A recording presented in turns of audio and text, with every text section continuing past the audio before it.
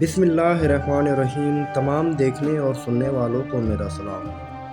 اللہ کے فیصلے اور ہماری سوچ۔ غریب مزدور کی بیٹی نے ایک برتن میں دودھ گرم کیا، اس کا ڈھکن اٹھایا اور ٹھنڈا ہونے کے لیے تھوڑی دیر کے لیے چھوڑ دیا۔ تھوڑی دیر بعد آئی، ڈھکن برتن پر رکھا، دودھ سے بھرا برتن اٹھایا اور باہر کی طرف چل دی۔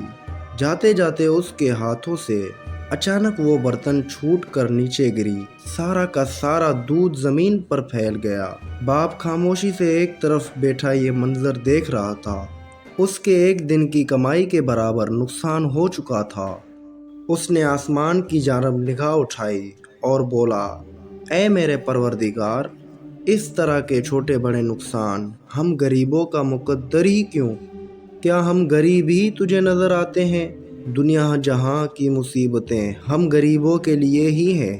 غرض وہ کافی دیر تک اللہ کے سامنے شکوہ کرتا رہا اور پھر خاموش ہو گیا۔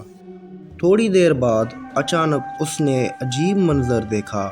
ایک بلی کہیں سے نمودار ہوئی اور اس نے زمین پر پھیلا دودھ چاٹنا شروع کیا۔ جب وہ جانے کے لیے مڑی تو ایک دم لڑکھڑائی اور زمین پر گر کر لوٹ پوٹ ہونے لگی۔ وہ بھاگ کر پہنچا، لیکن اس کے پہنچنے سے پہلے ہی بلی کی موت ہو گئی۔ یقیناً انجانے میں دودھ میں کوئی مہلک چیز شامل ہو گئی تھی۔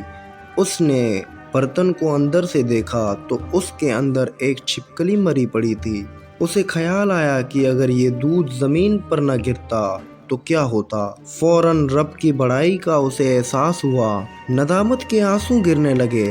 وہ بیٹھے بیٹھے زمین پر سجدہ ریز ہو گیا۔ یا اللہ، اے میرے پروردگار، مجھے معاف کر دے کا ورد کرنے لگا۔